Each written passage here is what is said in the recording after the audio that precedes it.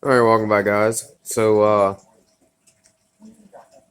I'm kind of sick right now, still.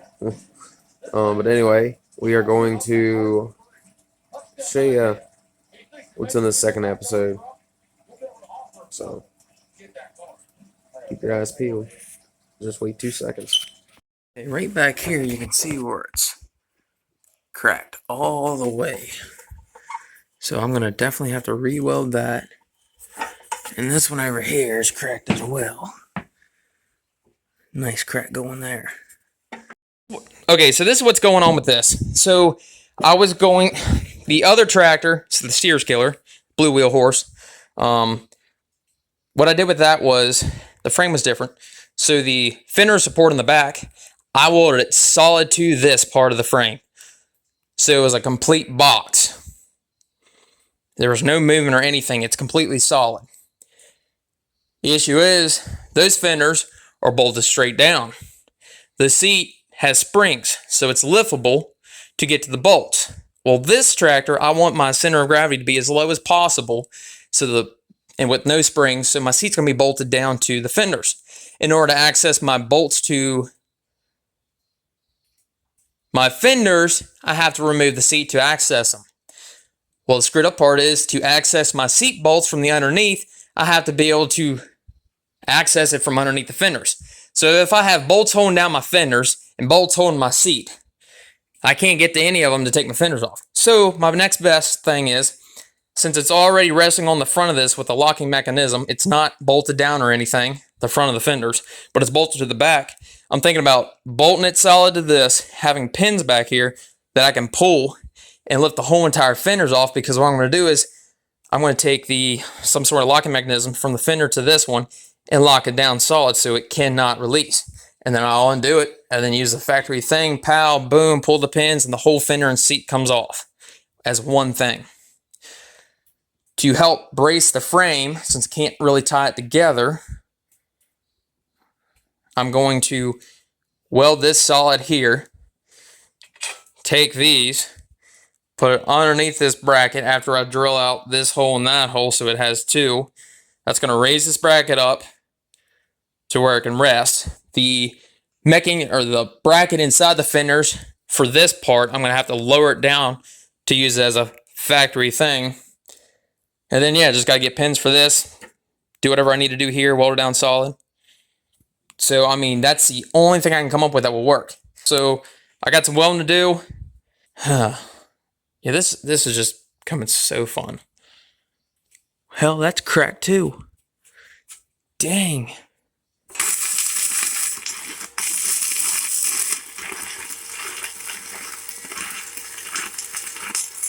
All right, so I really wish I had material to build my own U-bracket thing there for the seat, or the rear fenders, I mean. But this is what I got going on. So I got a 2-inch by 1-inch square tubing in here. There's weld on this side, there's weld on in here, weld there and weld there when I got it. Then I had to go across. It's like right below the original weld, that because it split on me because it's a little bit flimsy. So I can't raise this all the way up. So I've got it lowered. This is able to flip with clearance. I'm losing space here, not being able to bump it all the way up. But yeah, we've got it clamped this way and clamped up. It's just going to be even. And I'm going to do my best to get in there and weld her up. Alright, so I'm trying to figure out something where I have with this being a Hydro, it's a slower build, it's going to drink more fuel. So I'm trying to figure out how I can adapt that spare tank in here. Now, originally, this was here. Stuck out that far. Now I've taken measurements and cut this. If I weld this right here, the tank will fit right in. Let me show you. Okay, here's a rundown of what I've done so far. I've been awake since 10 o'clock yesterday. It's now 10:30 a.m. So I'm about roughly 30 minutes past the 24-hour mark. Stayed up all night working on this. Yeah, so the engine is in place. The battery, I've been a lot of sitting around trying to figure out what I want to do. So originally the battery was sitting right here. And then this piece right here was laying down flush, so it stuck out about that far where the gas tank was on. This, I needed storage, so this is a battery tray out of a Sears Suburban.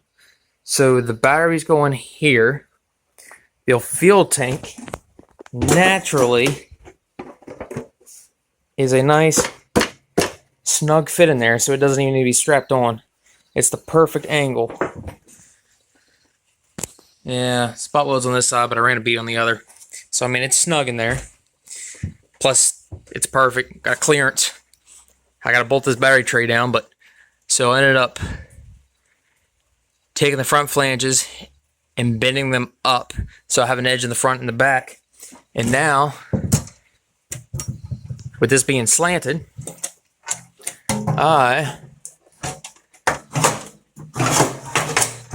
got a ammo can holster.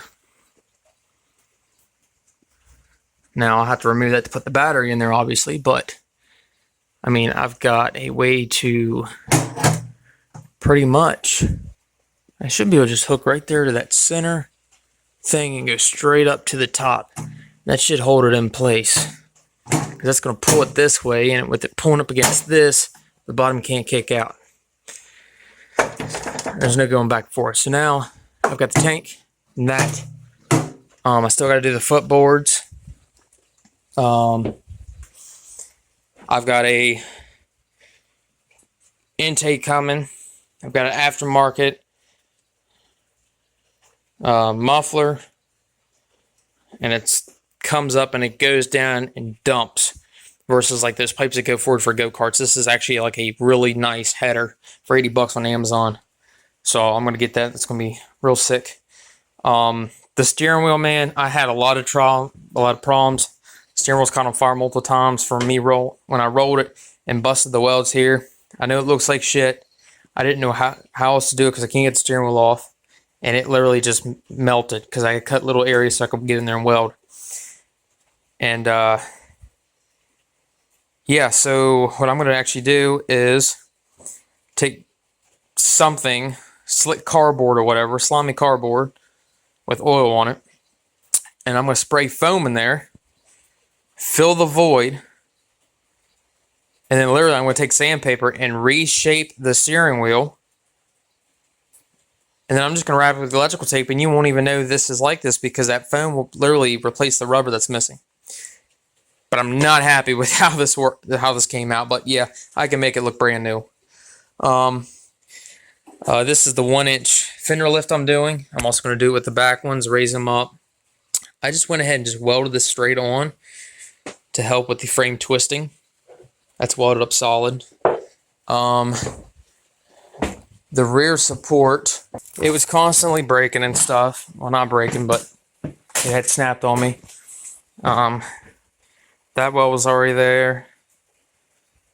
This was welded here and welded on the inside, welded on this side and the other.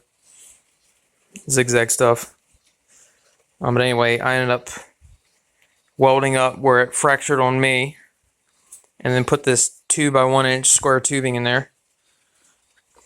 So that should brace it. I couldn't get up in there enough because the previous welds that was in there.